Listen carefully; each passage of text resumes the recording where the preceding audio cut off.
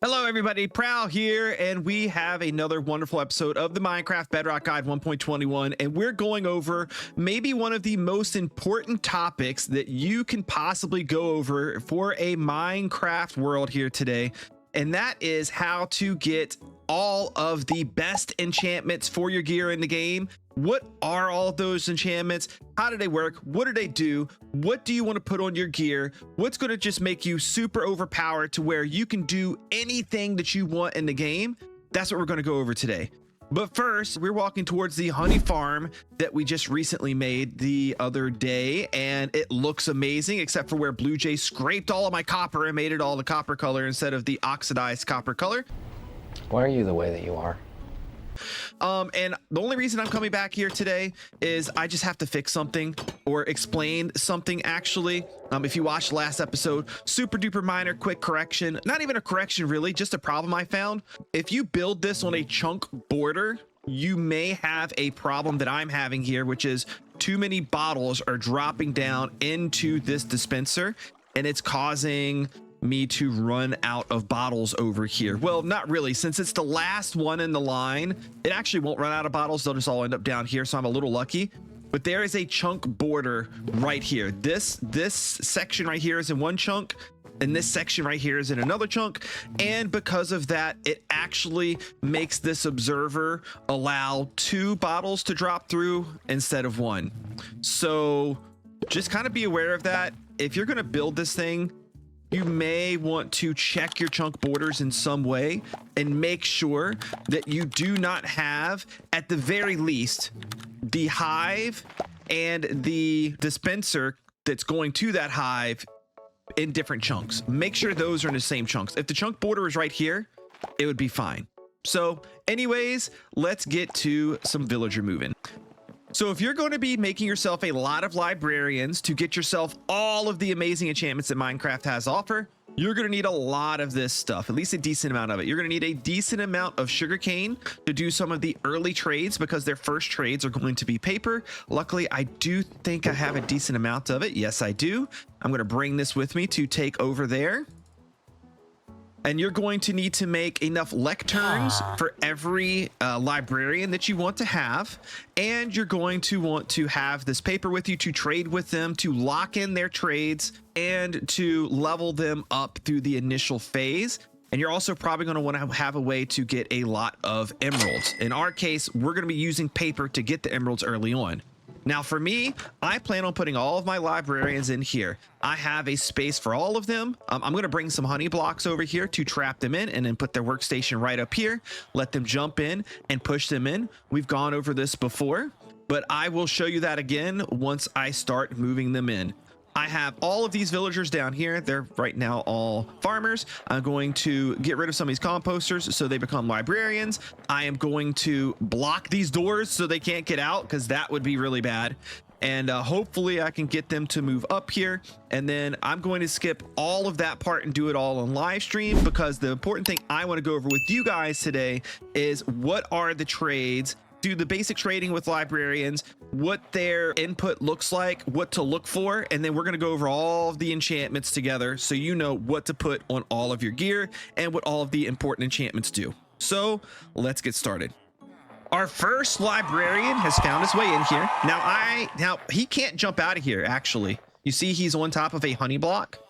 He can't jump out. So I don't have to put anything over his head. It can stay just like this. And I think that's really awesome. It's going to look really good in here to keep it nice and open. Now, I want to check and see what he has as a trade. And he has Feather Falling 4. Now, that is a trade that I want. I'm going to get over here and I'm going to put this piston right here and a lever on top of it.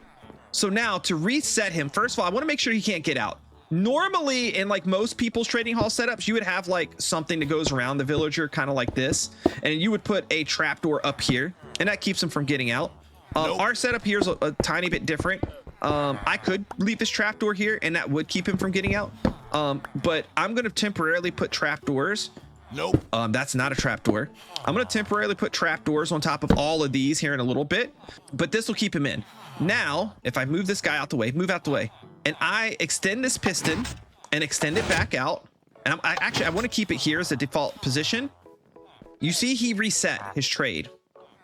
Now he's offering lure 2. I see that his second trade is a book, but I don't know what it is. So what I would do is I would keep resetting him like this.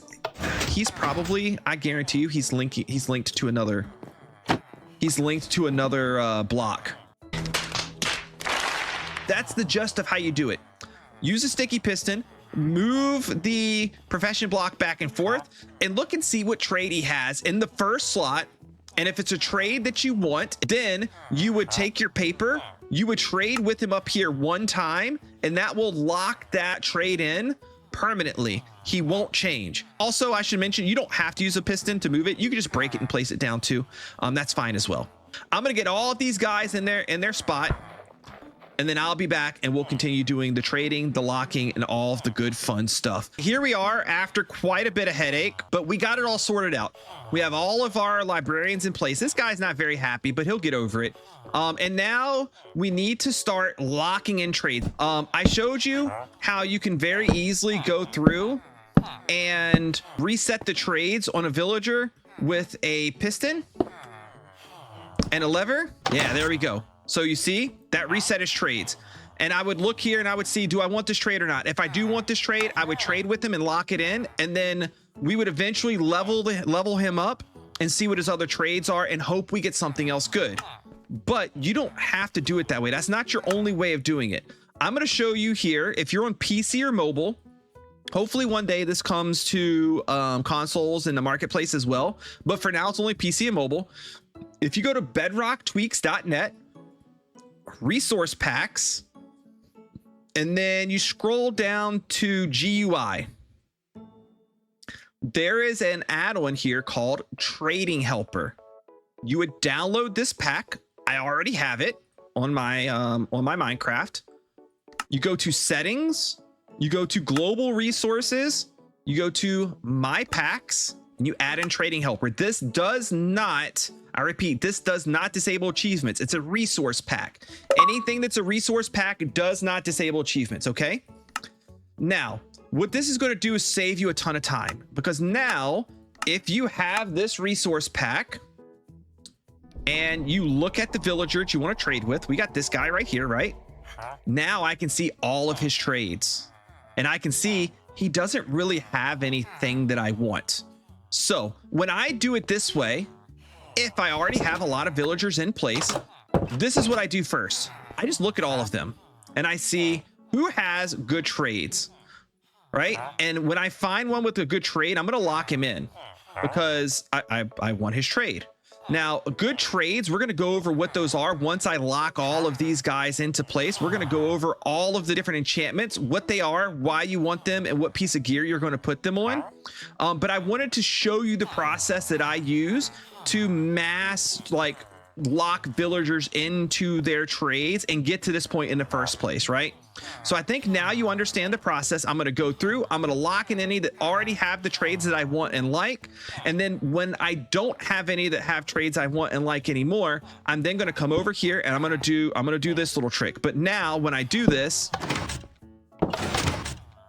I can look at all of his trades and see, does he have one or more trades that I like? And then I have to make a decision. Do I want to lock him in based on a single trade that I think is good? Like, he has one mending trade right here for 26 emeralds, but nothing else in here, like no other books or anything, right? So I could choose to either lock him in for mending, or I can choose to reset him and see if I can find a villager that has maybe 2 enchanted books that I like. So go through and do that in your worlds if you have not already. And then I'm going to go over all of the enchantments with you and what gear you should put it on and why. All right, here we are. Lots of things have occurred. I got farmers set up. I've been training melons and pumpkins and such with them. All of our villagers in there, of course, are good. And I've stripped off all of my gear and all of my stuff because I have new stuff ready to go in here with all max enchants on everything. And what we're going to do together is I'm going to go over all of the enchantments with you by piece of gear, so you know what the best gear that you can make in the game is and what those enchantments do. And on top of that, I'll go over one of the best methods to actually apply all of the enchantments to your gear. So to touch on the 2 most common enchantments that you're going to see all of the time, so I don't have to go over them again. We're gonna put these on maybe literally everything, is Mending and Unbreaking 3. So Mending, you probably know, in case you don't though, Mending makes it to where whenever you get experience points from any source, the mending effect will repair any durability loss that your gear has. So that could be your armor taking damage from just being hit. It could be your tools based off of you using them, your weapons based off of you attacking with them, etc. All of your equipment has durability to it. The more you use it or the more it gets beat on, the less durability it has. Anytime you get experience points from any source, whether it be via villager trading, killing mobs, pulling stuff out of a furnace, whatever, that will mend your gear up and bring that durability back. You can infinitely mend your gear, making it last literally forever, as long as you don't let it completely break from its durability loss. Now, you lose less durability when you have Unbreaking 3. Unbreaking 3 makes it to where whenever a piece of gear would have maybe taken durability loss, there's less of a chance that it takes that loss.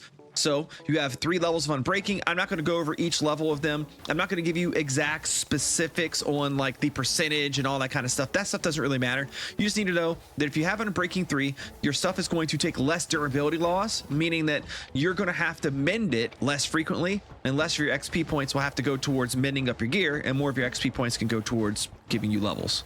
That's what I'm talking about. Now, another thing that all of your pieces of armor will have on it is some form of protection gear. Now, you have just regular protection, which will generically protect you from everything, meaning you take less damage from all sources. But there are a few other types of protection as well. There's projectile protection, blast protection, and fire protection. So projectile protection will protect you from projectiles like arrows being shot at you more. Blast protection will protect you from explosions, and fire protection will protect you from fire. All of the protections, they're all mutually exclusive as well, meaning that you can only have one protection on one piece of gear at a time. You cannot mix and match different protections on the same piece of gear. All of these individual things will protect you more so than just regular protection will from those specific things, but they only protect you versus that thing. So most of the time, protection is what you're going to want on a lot of your gear. Although I always like to run at least one piece of gear with fire protection on it. In case I fall in lava, I want to take a lot less damage from the lava, be able to get myself out of there without dying. Sometimes I will use 2 pieces of fire protection gear if I'm going to be in a place like the Nether and traveling a lot, where there's a ton of lava. That way, if something happens and I fall in the middle of a big lava lake, I have plenty of time to get out with 2 pieces of fire protection gear. Likewise, instead of running 1 piece of fire protection gear, I will run all 4 pieces of gear with protection 4 on it if I know I'm going to be doing a more like melee style fight. Maybe I'm going to be fighting the Wither or going to the Nether and fighting a bunch of Wither skeletons. I want the extra protection. That way I don't take as much damage and die. Now, those are all the generic enchantments that can be used on all armor. Now, there's a few specific ones that can be used on individual pieces of armor that don't apply to all of them. Your helmet can have respiration on it, respiration 3 being the highest of those. It makes you breathe longer underwater, very useful. And then you also have aqua affinity, which makes it so you will mine items underwater the same speed that you mine them above water. So underwater mining made incredibly easier. The chest plate actually has no special enchantments at this time.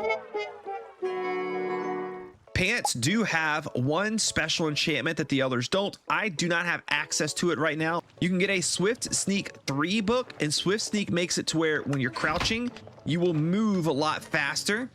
I actually use this a lot in a special diamond mining technique that I do, that I'll show you guys in a few more episodes after you get Swift Sneak. It's incredible. Swift Sneak to me is an absolute must to have. It's very, very nice to have and use. It's also nice for like when you're building and things like that too. And you may find that you're crouching a lot on the ledges of like a building that you're working on. Then we have boots, have a few special enchantments as well. Feather falling makes it to where you take a lot less damage when you fall, so you're much less likely to die if you fall from a higher height. Depth Strider 3 makes you move much faster in the water. I believe Depth Strider 3 actually makes you move about as fast in water as you move not in water. So that's a must to have too. And then one that I do not have right now is soul speed. Soul speed goes up to level 3 as well. And it makes it so if you're walking on soul soil or soul sand in the nether, you actually move a lot faster than normal walking speed. It's a way to travel and get around very easily.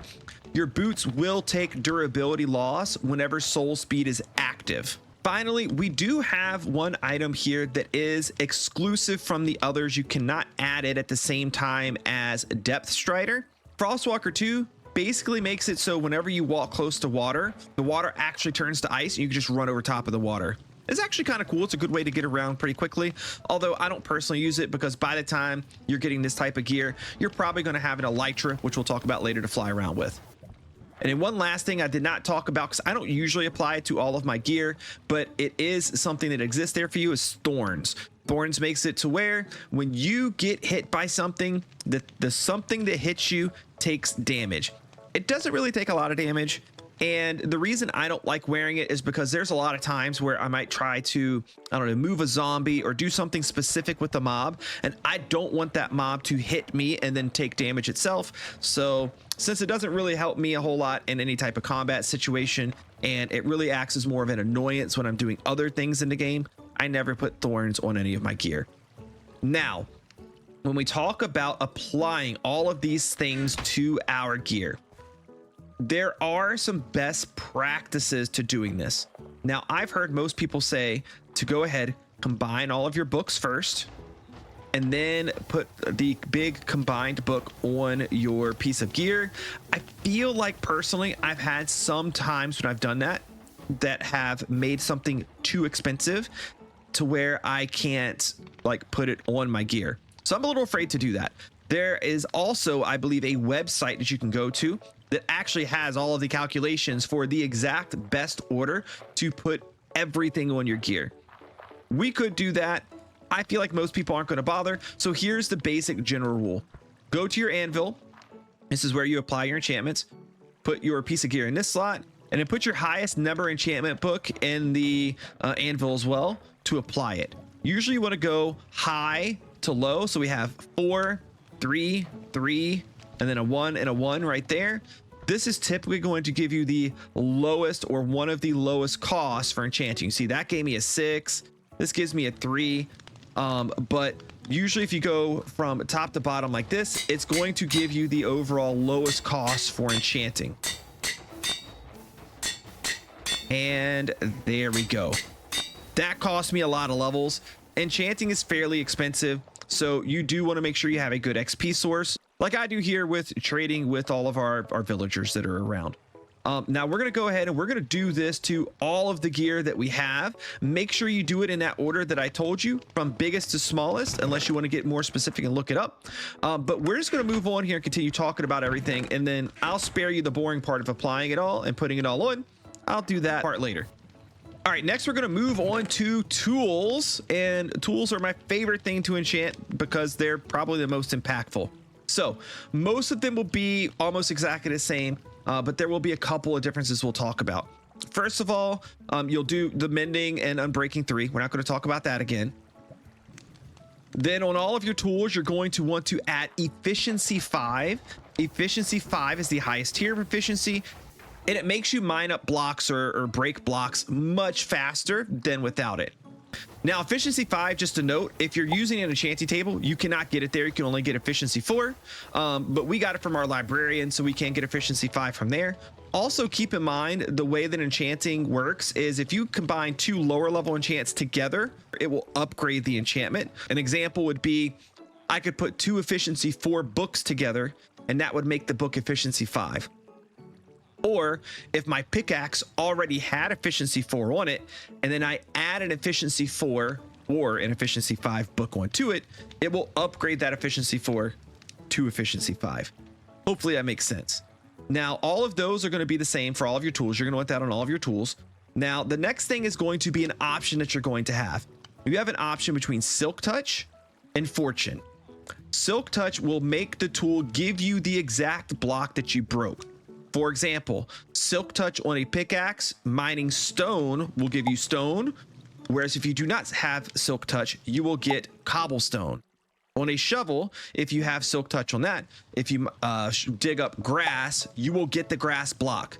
If you don't have Silk Touch, you will then get a dirt block. So there's a few different examples of places where this works, but that's generally what happens. Also, blocks that get destroyed when you break them, think like leaves, for example. If you have Silk Touch on the thing, it will give you the leaves. If you don't, the leaves just get destroyed. So that is an option you have on all of your different stuff. In a lot of cases, it's worth it to have two different tools, one with Silk Touch, one with Fortune. And then one last thing here to note is your axe does count as a weapon as well. You see it has +6 attack damage there. You have two different options of enchantments to put on it. You have Smite and Sharpness. I think technically Bane of Arthropods too, but we're not going to talk about that enchantment because it's absolute trash.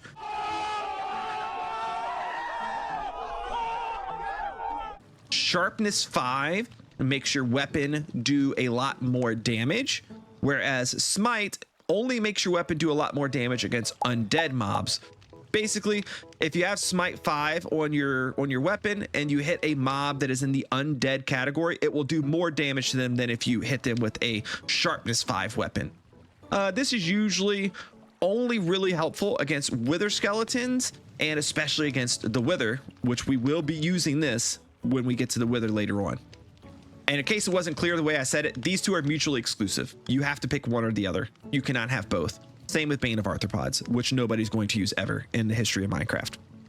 Moving on, we have all of the things in the weapon class and the shield. I threw it in the weapon class. So we have our sword, which this one actually already has an enchantment on it. I did not know that.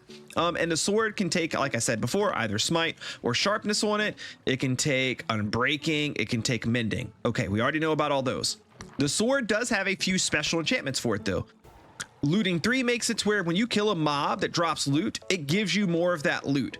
If you kill a skeleton, it may give you more arrows and more bones. If you kill a wither skeleton, you have a higher percentage chance to get wither skeleton skulls. Basically, it increases the drop chance percentage of all of the items that particular mob could drop. So it's great for getting more rare items from mobs or more items from mobs that you want.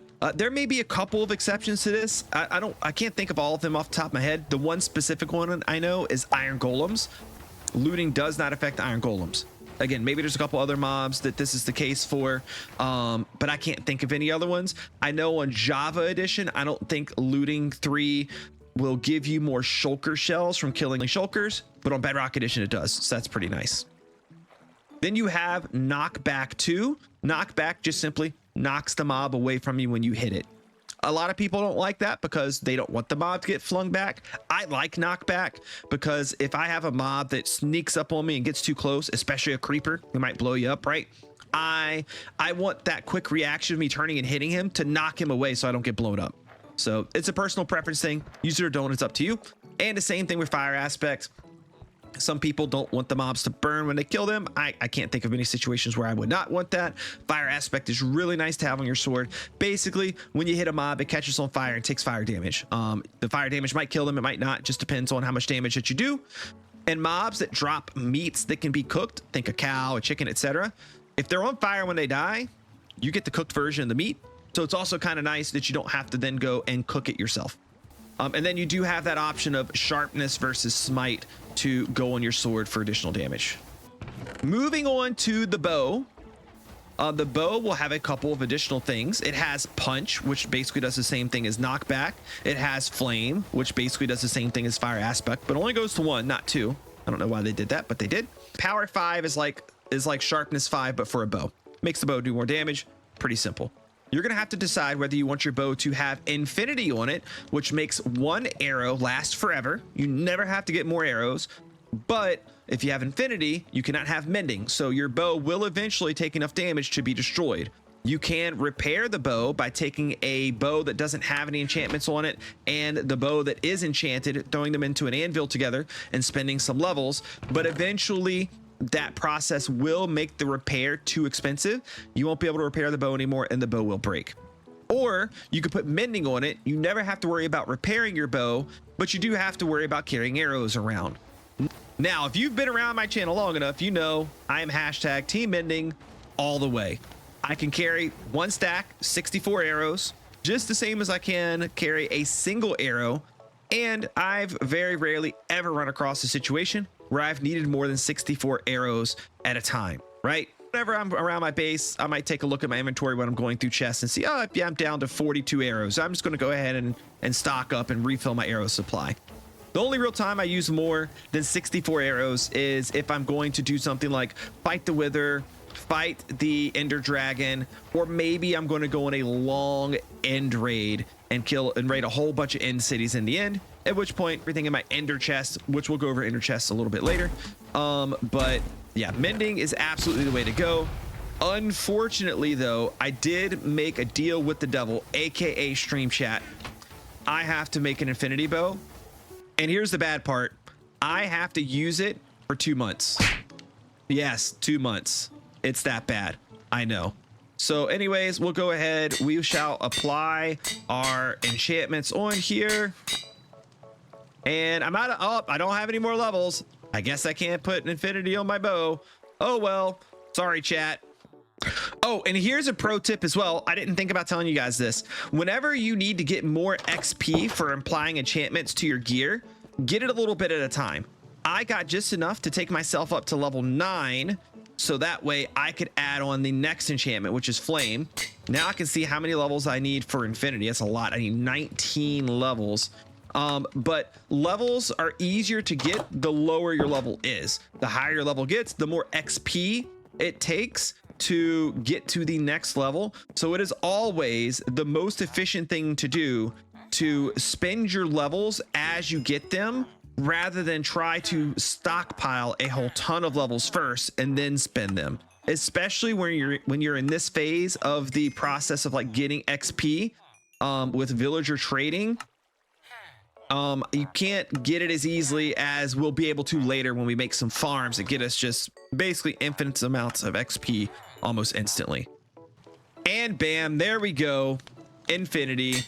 It's on there. Let the suffering begin.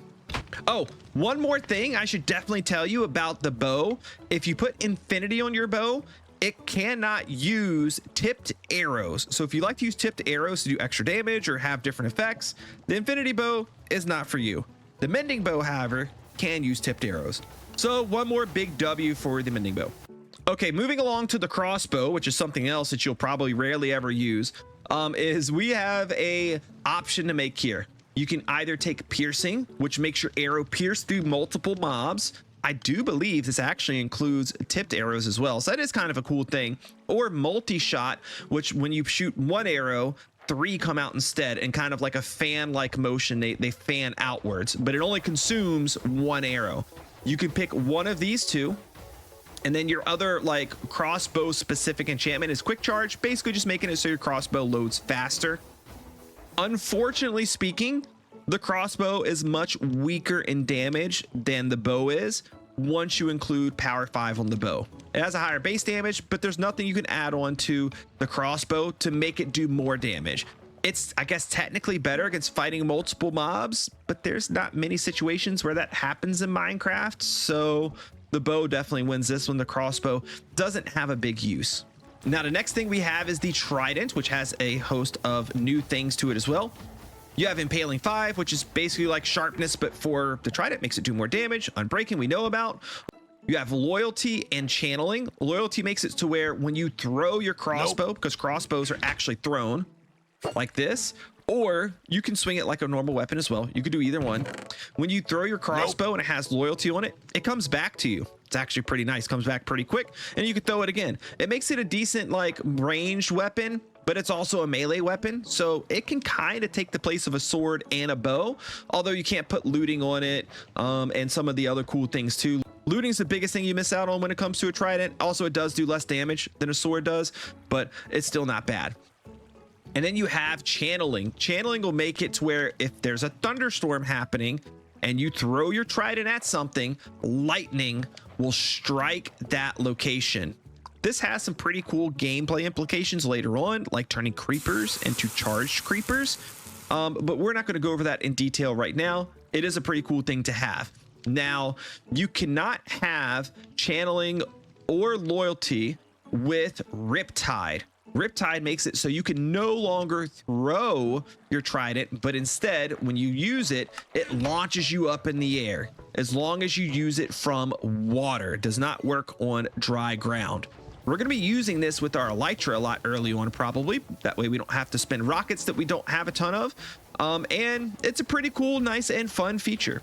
So that's pretty fun. It's usually worth it to have both types of tridents, have a Riptide one and have a loyalty one. And then finally, your shield, you can put Unbreaking and Mending on it, just like you can everything else. And then finally, the miscellaneous category, and a category of a few things that I don't have yet here in the survival world that I'm going to go over to. You can enchant shears with efficiency, Unbreaking and Mending. You can enchant a flint and steel with Unbreaking and Mending. You can enchant a fishing rod with Luck of the Sea 3, which gives you a higher percentage chance to get the items in the treasure category, like enchanted books and that sort of thing. And Lure 3, which makes fish bite at your rod more often, allowing you to pull more things up more frequently. Then you also have Unbreaking and Mending there. You can do a carrot on a stick, which can be used for riding a pig. Yes, you can ride pigs. You can put a saddle on a pig and ride it. And if you have a carrot on a stick, you can steer the pig around. He really wants to get that carrot. It can have Unbreaking 3 and Mending on it too. There is also a warped fungus on a stick. Same thing, but used with the strider instead of a pig. The strider is found in the nether. We'll show them off at a later point. There is the brush, which is used for archaeology. You can put Unbreaking and Mending on a brush. They don't last very long, so it does help it last a little bit longer. And then we have a few other things that I don't have access to. You have a turtle helmet. Basically, the turtle helmet is the same as a regular helmet, but it allows you to breathe infinitely underwater. And I think it has less armor value to it than like diamond or netherite stuff does, so a little bit of a trade-off there. You need to get scutes from baby turtles hatching from their shells, so that's a thing. You have the Elytra, which we will be getting very soon, that lets you fly through the air. That can take Unbreaking and Mending on it. And then you have the mace, the brand new weapon that was added in with the trial chambers, and there are 3 different enchantments that go along with it. You have density, which makes you do more damage the more blocks that you fall and make a hit from. Kind of like a crit. It's kind of like regular weapons where they crit, but the amount of distance that you fall matters. So you fall from a higher distance, you do more damage, the higher level of density that you have. And density cannot work with breach. Breach makes it so your mace ignores armor value. Makes it very strong against players if you're doing any PvP, but also different mobs in the game that have like a built-in armor value as well, or mobs that wear armor. So it can be good for more direct fighting, more direct combat versus the more niche use of density being something where you have to fly through the air to do the damage. Either one of these is compatible with Wind Burst. Wind Burst is an enchantment that gives like an upward knockback effect whenever you execute a smash attack. Basically, whenever you take your mace and you jump and you do damage to something, it kind of does this like knockback type effect to the mobs around it, knocking them away. Really, it's made for situations where there's a ton of mobs around. Definitely not like the situation I had a few episodes ago where all my villagers turned into zombie villagers. Absolutely not.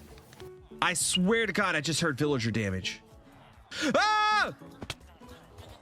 No! Save the villagers! No!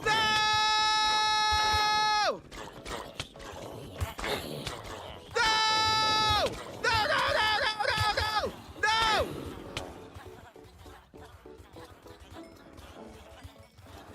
No! How? Save it! No! What happened?